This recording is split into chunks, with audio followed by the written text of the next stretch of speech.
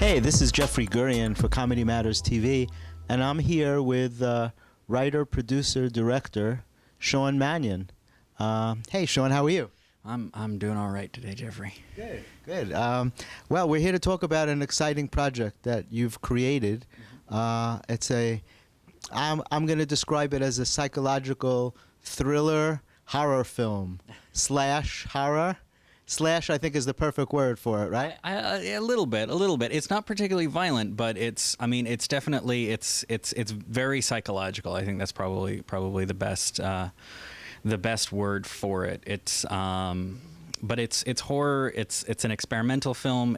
Well, explain what you mean when you say experimental film. What does that mean? Well, well, I mean it for me. I mean it in two ways. One is that it's an experimental film, like most, where it plays a little bit with conventions of story structure, and it doesn't necessarily follow. It has a pretty simple, straightforward story, but it's told in such a way that it's a little bit mixed up. It's a little bit, you have to spend a little time thinking about it. And then it's experimental in other ways because for me, it's an experiment because for me, I'm doing a couple of things that I haven't really done before as a filmmaker that I've been wanting to do. So it's got some, it's an experiment.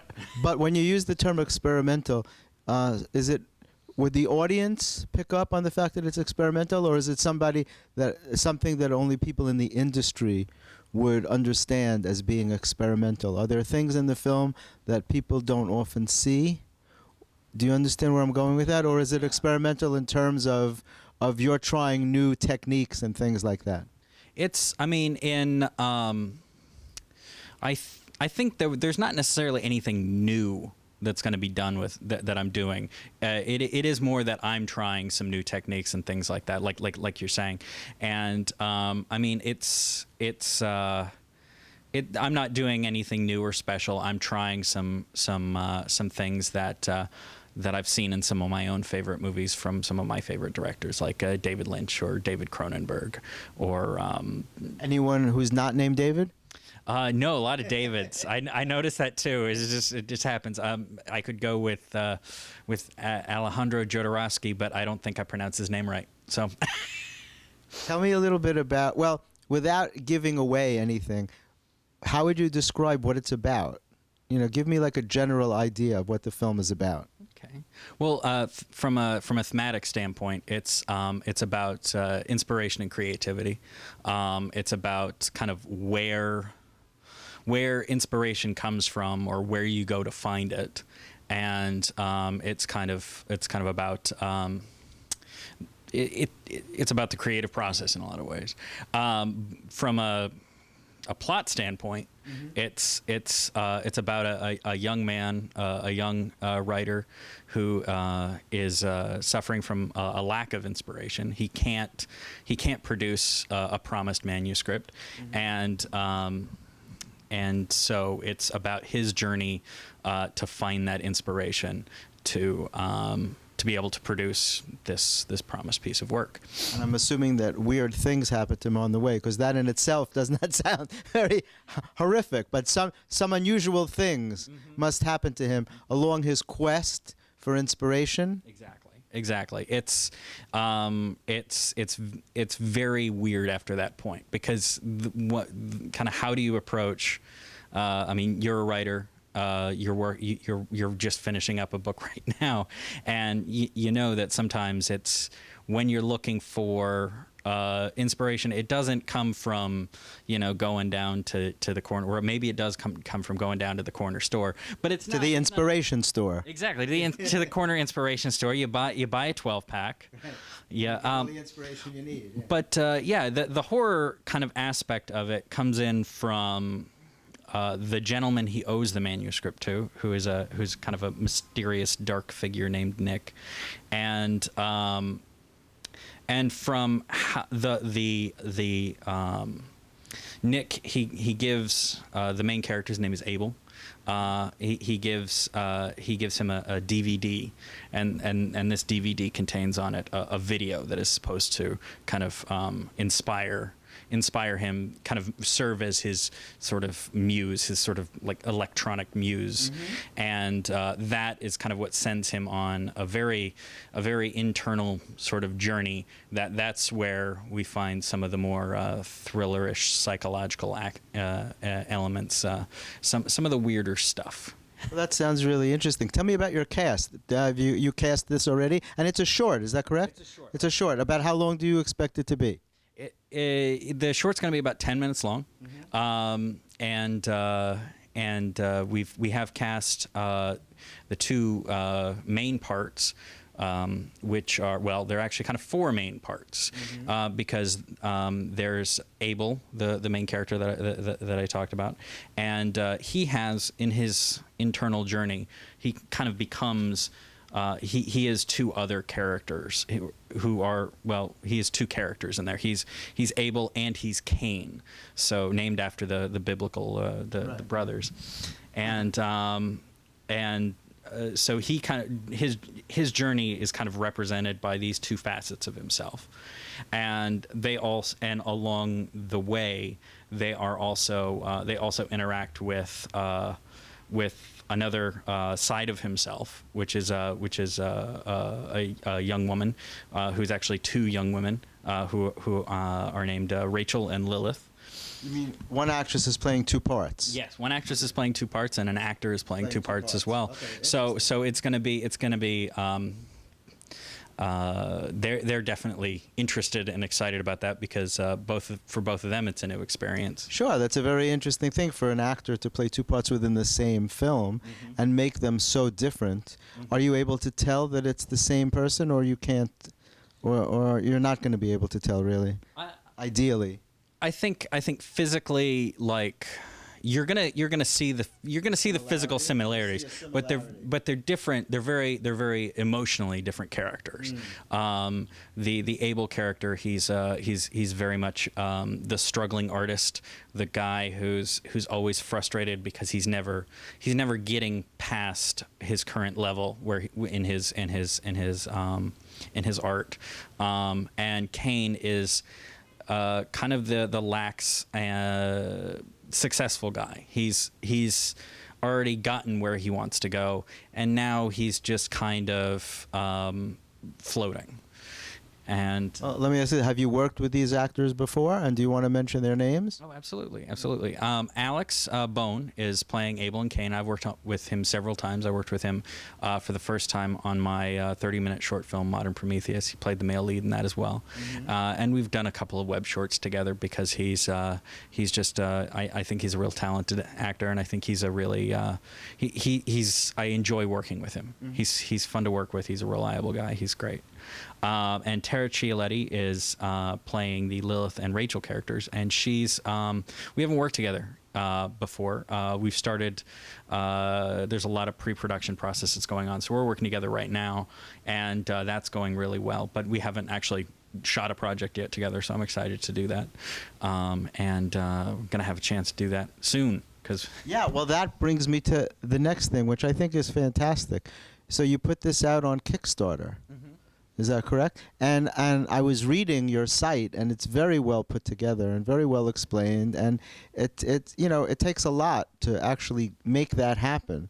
So I have to commend you on that, because it's really a lot of work, and you're getting a really good response so far. Why don't you speak to me a little bit about how you use Kickstarter in your work and how you're funding this film, through using that? Kickstarter is it's a great platform for funding creative works. It's a great very effective. It seems very effective. Yeah, it's very effective in connecting with new people, connecting with people who might be interested in your work, and certainly I've gotten a little bit of that already. I've only been up for about a week.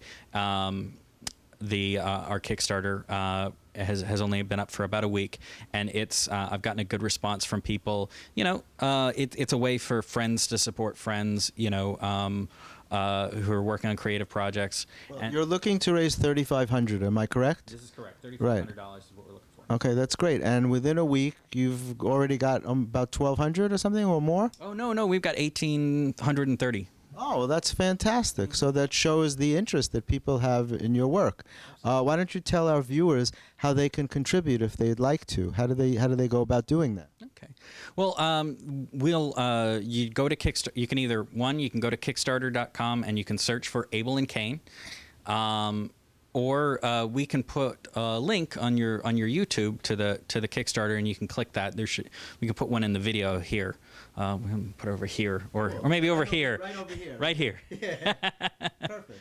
And I happen to know the guy who can do that as well. Yeah. I think I do. Yeah, and I think he might even be available soon. Yeah? So yeah. That's good. That'd be perfect. We'll give him a call. Yeah. Tell me about your background a little bit in film. You grew up in Alaska, right? I did. Did you go to film school there or here? No, I came here to New York. I went to the New York Film Academy for screenwriting, actually.